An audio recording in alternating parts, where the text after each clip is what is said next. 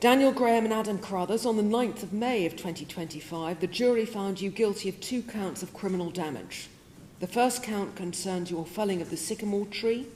The second, the damage to Hadrian's Wall caused by the sycamore tree falling onto it. I now sentence you for these offences. I have set out the facts of which I'm sure.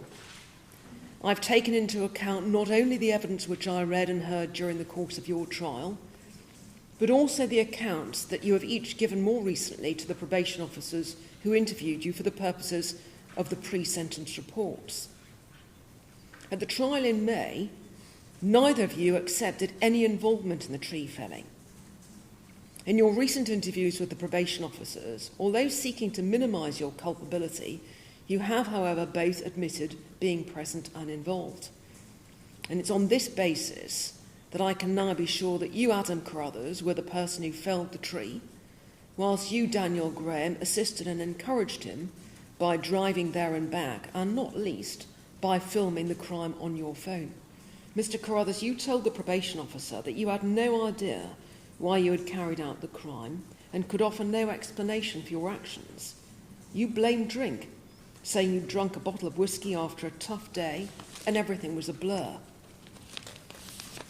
Mr. Graham, in your interview with the probation officer, just as at trial, your main focus seemed to be to heap as much blame as possible on your co-defendant.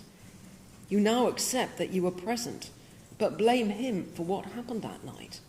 You filmed the whole event. You took photos of the stump and chainsaw in the boot of the Range Rover.